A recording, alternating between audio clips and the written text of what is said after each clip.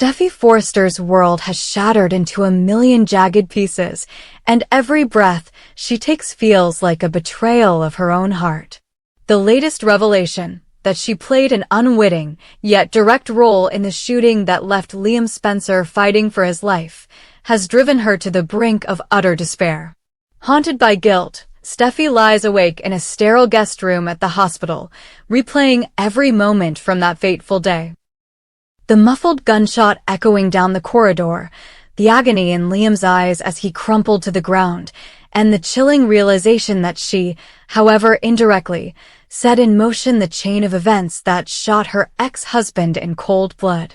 She has spent hours on her knees, begging Finn to save him, her sobs echoing hollowly against the linoleum floors. Finn, torn between compassion for Steffy and professional integrity, has poured every ounce of his medical training into Liam's care. Yet even the formidable Finn cannot reverse fate when it intertwines with the cruel progression of Liam's hidden brain tumor. The bullet wound aggravated the tumor's fragility. His condition has spiraled into a perilous coma, his prognosis weakening by the hour. Each time Finn confers with the neurosurgery team, Steffy's hope flickers and dims in equal measure, leaving her standing at the precipice of complete emotional collapse. She knows that Finn is doing everything in his power, but the haunting truth remains. The shot that wounded Liam also damaged any chance of a swift recovery, and the tumor, once dormant, has erupted into a life-threatening hemorrhage that can claim Liam's life at any instant. As if the weight of Liam's life hanging by a thread weren't enough, the universe has a cruel way of collecting on emotional debts. Finn, tasked with performing an emergency craniotomy to evacuate the hemorrhage, feels the sting of responsibility like a physical blow. While he stands in Steffy's doorway, trying to reassure her with a calm he does not fully feel, his phone buzzes with an urgent page from the hospital's operating suite. Liam's neurological status has deteriorated drastically, vital signs are crashing, and the only path forward is to rush to the OR immediately. Steffy reaches out, her hand trembling on his arm, pleading in a voice broken by tears for him to stay by Liam's side, to save her ex-husband whom she loves more than words can bear. Finn's blue eyes, usually so steady, flicker with conflict as he realizes he cannot save both the man who once stood at the altar beside Steffy and the woman who now clings to him like a lifeline. Yet while the stakes couldn't feel any higher, the road ahead turns unexpectedly fatal. In his haste to reach the hospital, Finn mounts his motorcycle. Steffy's fingertips barely release his jacket, racing through the rain-slicked streets at a speed that scrapes the boundary between valor and recklessness. His focus is singular: get to Liam, stop the bleeding, preserve a life. But fate twists its knife when Finn rounds a curve too sharply, the tires losing traction on the wet asphalt. In a heartbeat, he is on the wrong side of the road, and an oncoming SUV hurtles into him with shattered glass and the deafening crash of metal on metal. The world tilts off its axis, airbags deploy, and the night is torn open by sirens in the distance. When the dust settles, Finn lies motionless in the rain, life extinguished before he can even step into the sterile glow of the OR. First responders converge, but it is already too late. Dr. John Finn Finnegan is pronounced dead at the scene. Steffy races to the wreck, her screams piercing the night as she clutches at fragments of shattered glass, her world collapsing once more as the man she loves is unresponsive beneath the flashing lights of emergency vehicles. In the chaotic aftermath, Steffy is rushed to the trauma unit, her own injury severe, multiple fractures, internal bleeding, a concussion that leaves her drifting in and out of consciousness. When she finally opens her eyes, pale hospital lights blur above her. A somber neurologist delivers the devastating diagnosis: Steffy Forrester may emerge from this coma without memory, trapped in a vegetative state indefinitely. The words hang between them like gravestones. She might never recall Liam's face, never remember the agonizing guilt that drove her to seek Finn's help, and worst of all, she might awaken to the unrelenting truth that Finn sacrificed his life trying to save another. In the sterile corridors of Los Angeles Memorial Hospital, the Forrester clan gathers, eyes red-rimmed and hearts heavy. Ridge stands stoic yet broken. Brooke weeps into her hands. Hope's breath catches in her throat as she holds Douglas close. Each family member confronts the cruel irony that in fighting to save Liam, Steffy has lost the love of her life. Yet even in this shroud of grief, a flicker of hope remains. On a monitor by her bedside, faint brain activity blips in irregular but persistent rhythms, suggesting the possibility, however remote, of a miracle. The attending physician cautions that the next 72 hours are critical. If Steffy's brain responds to stimulation, familiar voices, music from her wedding to Finn, memories of cuddling with Kelly, she may emerge from the haze. Otherwise, she risks permanent cognitive impairment or slipping into a deeper vegetative coma. As dawn breaks, the Forrester mansion is bathed in muted light, a ghost of its usual vibrancy. Steffy lies under the soft hum of ventilators, tubes snaking from her arms, her body a battleground between life and death. Hope clamps her hand around Steffy's, whispering every cherished memory, Finn's gentle laughter, Liam's protective embrace, the first time Steffy held her daughter. Ridge places a recorder by her ear, playing a message Finn recorded the night before the accident. "No matter what happens, Steph, I love you. We'll get through this." Even in her unconscious state, the faintest stir of recognition might ripple through her battered mind.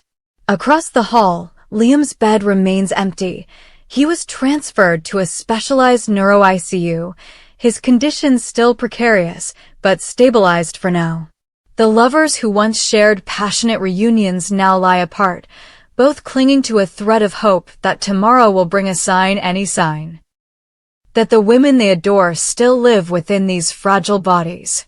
In this duel between fate and faith, the question that echoes through the hollow halls of both hospital and heart is whether Steffy will awaken to a world without Finn, and if so, whether her heart can survive the shock of knowing the heroic man who sacrificed everything for her ex-husband is eternally gone. Only time, and perhaps a miracle, will tell if Steffy Forrester can remember who she is, forgive herself for the role she played in these tragedies, and summon the strength to honor Finn's legacy by fighting for the future he believed she deserved. Days stretch into an agonizing blur as Steffy remains trapped in the liminal space between consciousness and the void. Nurses wheel her bed through sunlit corridors, their footsteps muffled by the steady beeping of monitors. Hope and Ridge take turns at her bedside, reading aloud letters from friends, replaying voicemail clips saved on Finn's phone, and smoothing a soft blanket over her trembling form.